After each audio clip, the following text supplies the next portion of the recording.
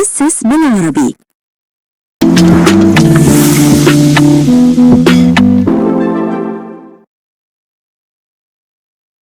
شهادة أسس بالعربي، أهلا وسهلا بكم في شرح كورس جديد بالعربي ألا وهو كورس التغذية المعتمد من ICSA.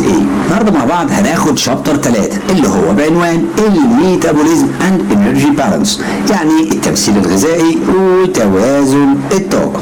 عشان كده بقى بالمواضيع اللي هندرسها مع بعض النهارده، رقم 1 explain human energy balance and the competence of intake and expenditure. هنا هنشرح مفهوم توازن الطاقة اللي دايما بنفهمه ونسمع عنه energy input energy output. ازاي نفهم مكونات الطاقة عموما، وازاي الجسم اصلا بيستخدم الاكل بتاعنا ده ويحوله لطاقة. يعني ببساطة هنشوف العلاقة بين الطاقة اللي داخل جسم الانسان من الاكل والشرب وبين الطاقة اللي خارجة او الجسم اللي بيصرفها، لان مش كلها عبارة عن نشاط وحركة. لو انا قاعد بتكلمك كده الدايجستيف سيستم والريسبيراتوري سيستم بيستهلك طاقة.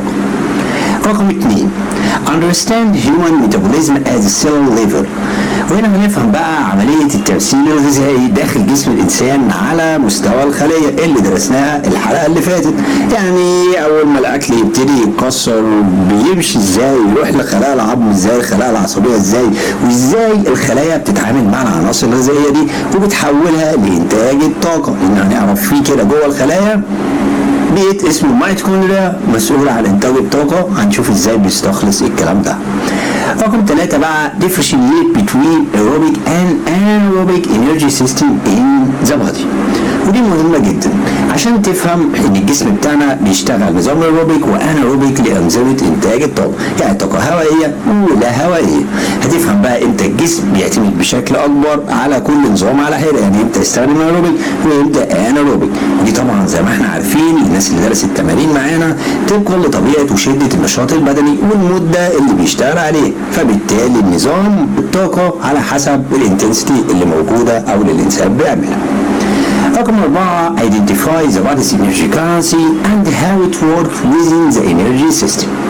طبعا عملة الطاقة ATP كلنا عارفينها اللي هي اختصار ادنسين ترايفوسفات. هنفهم ازاي مع بعض كده جوه انظمة الطاقة بتشتغل وبيستخلص ATP. بمعنى ابسط ATP ده تقدر تعتبره العملة المصري المحلي بتاعنا اللي هو الجنيه. حضرتك معاك دولار، معاك يورو، معاك اللي هي انواع الاكل المختلفة، كلها في الاخر عشان تصرفها وتشتغل بيها لازم تتحول ATP. والATP اثناء الحركة انقباض العضلات هو مسؤول عن كل حاجة في الجسم.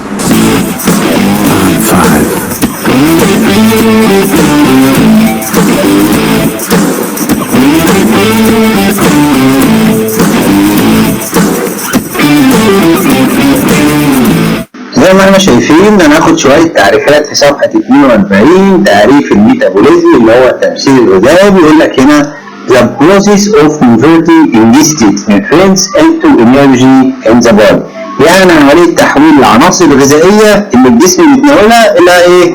طاقة. المصطلح اللي بعديه هو مصطلح الانرجي، الطاقة. بيقول لك the usable power derived from جاية منين بقى؟ من nutrient source، يعني الطاقة اللي طالعة من العناصر الغذائية أو المصدر الغذائي اللي أنت بتاكله. بعد كده بنخش على حاجة اسمها الانرجي بالانس. والانرجي بالانس زي ما هو واضح قدامنا التناسق بين nutrients consumption اللي انت بتستهلكه او بمعنى صح بتاخده والانرجي ديماندز اللي هي الطاقه المطلوبه. هل تعلم هنا ان الانرجي لها كذا شكل، حوالي 6 اشكال؟ في طاقه كيميائيه، طاقه حراريه، طاقه ضوئيه. المصدر الرئيسي للطاقه هو ايه؟ الشمس. والشمس بتدي طاقه للنباتات، والنباتات عن طريق التمثيل الضوئي تعمل لنا الطاقه الكيميائيه اللي هي بقى البروتين، كربوهيدرات، فات. احنا قلنا كل مركب من المركبات ديت عباره عن عناصر كيميائيه سواء CHO. هناخده بالتفصيل في اليونتات اللي موجوده بخصوص الكربوهيدرات والبروتين والفات.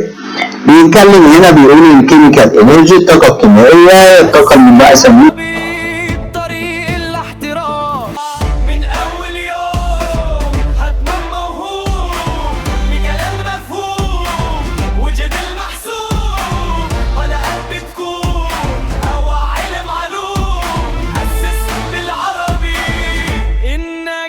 مضمون.